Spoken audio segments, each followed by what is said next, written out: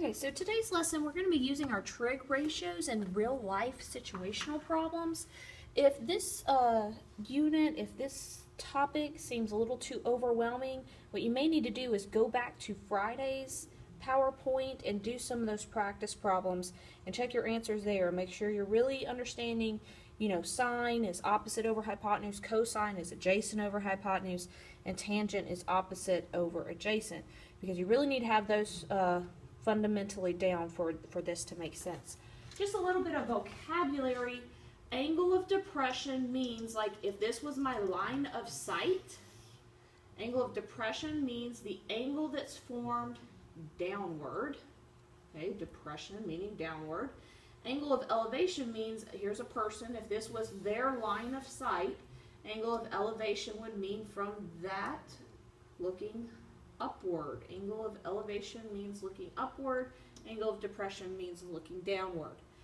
So when we start looking at our first example here, it says you are skiing on a mountain with an altitude of 1,200 feet. Altitude means from ground level straight upward.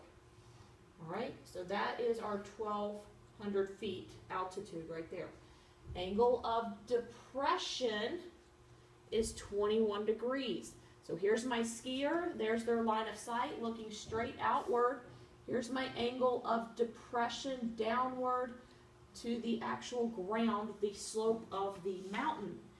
Find the distance x that you would ski down the mountain. And so we see here that our right triangle, if this is my angle, the 1,200 is opposite, and the x here is my hypotenuse. And so the trig function that I would use for opposite and hypotenuse is sine. So we say sine of the 21 degree angle equals opposite, which is 1,200, over hypotenuse, which is x. Remember, these were the more complicated ones to solve when your variable is on the denominator. I want you to make this be a proportion by putting him over 1. This isn't super hard, because when we cross multiply, 1,200 times 1 is still just 1,200. When I cross multiply this way, since this is x, I'm just going to write x times sine of the 21 degree angle. And I'm trying to solve for x, and so I say, who's bothering x? And everybody says sine, and he's multiplying, so I need to do the inverse, which is to divide both sides by sine of 21. That cancels and leaves me with just x. And in our calculator, we put 1,200 divided by 21, and the calculator should tell you that that is 3,348.51. Now this is in feet, because my altitude was in feet, and so that would be the length of that I actually went down the mountain here for x, would be 3,348.51 feet that I went down the mountain.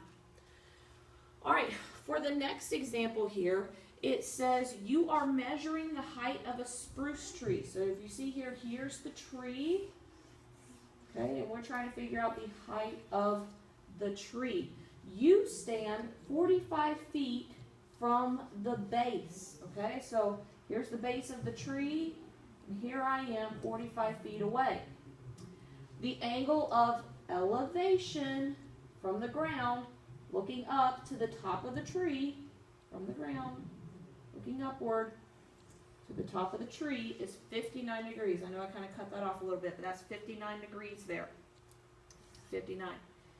Find the height of the tree. Okay, so if 59 is my angle, h here is opposite to that angle, and 45 is adjacent to my angle. So which trig function would I use if I'm using opposite and adjacent? Hopefully everyone says you would use tangent. Tangent of 59 equals opposite, which is h, over adjacent, which is 45. And these we like when the variable's in the numerator, because I say, what's happening to him? Everybody says he's being divided by 45, so I would multiply both sides by 45. cancels out there. We just put in our calculator 45 times tan of 59 degrees, and it tells me that that is 74.89, and that would be in feet. That's the height of the tree, because I knew I was standing 45 feet away, so I knew my unit of measure is in feet. Okay? All right, our next problem is a little more complicated just in the wording. We're flying a kite, and we would know how long our kite string is, okay? So that's why we know the measurement of 500 feet. That's how long my kite string is. And then it tells me that we're flying the kite at a wind speed of 35 miles per hour. Now that's not in our picture anywhere. All that's telling me is that the kite is being pushed, you know, horizontally, all right? It's not being straight up, okay, like a kite would be. The wind is pushing it and making it be at this angle, okay? So that's the only thing that 35 miles per hour is for, is just to tell you that that's why my kite is flying at an angle. The angle the kite line makes to the ground is 48 degrees. So the angle to from the ground up to my kite is 48 degrees right there. What is the altitude of the kite? Remember, altitude is the distance straight upward. Altitude, all right? So we see that my person is not holding the kite string all the way down here on the ground, okay? So that's what this little 4-foot piece here is, right? It says 4 foot right here if you can't see it. Because my person's holding it at, you know, in their hands at 4 foot above the ground. So I'm going to have to do a little bit of thinking when I saw for D here that that's not truly all the way down to the ground. So I'm going to take into account that 4 foot later. So what I have here in my triangle, D is opposite, and this is my hypotenuse. So which trig function would you use if you know your opposite and your hypotenuse? And hopefully everyone would say sine. Sine of 48 degrees equals opposite, which is D, over hypotenuse, which is 500. To solve, we're going to multiply both sides by 500. All numbers here, so we can just punch that in the calculator. 500 times sine of 48 is 371 and 57. So that's what D is here. 371 and 57. But again, remember, that doesn't take me all the way down to the ground, so that's not truly my altitude. That's just the height from where the person is holding the kite. All right? So I have to take into account this little 4 foot section that's down here to take me all the way to the ground. So I'm going to add that on. And so my true altitude then is 375 and 57 feet above the ground.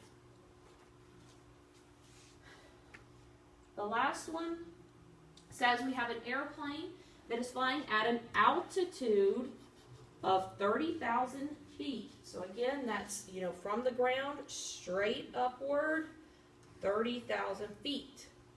And it's headed towards the airport. To guide the airplane safely to landing, the airport sends a radar signal from the runway at a 10-degree angle of elevation.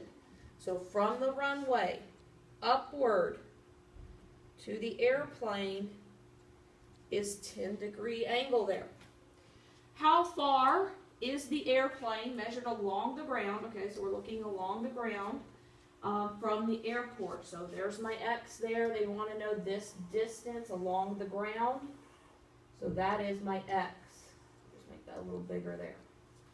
All right, so the X is adjacent to my angle. The 30,000 is opposite. So we're going to use tangent here.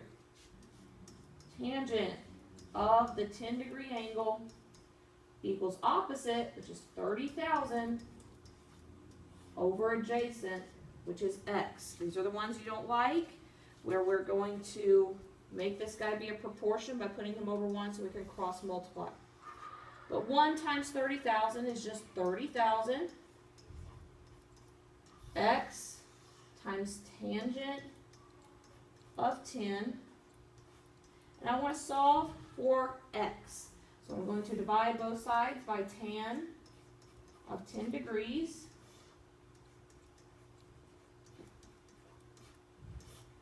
All right, and we just put that in the calculator, and it tells me 170,138 and 45, and this is feet for my x. You have a practice worksheet that corresponds with this, so you can get some practice and check your answers to make sure you're doing it correctly.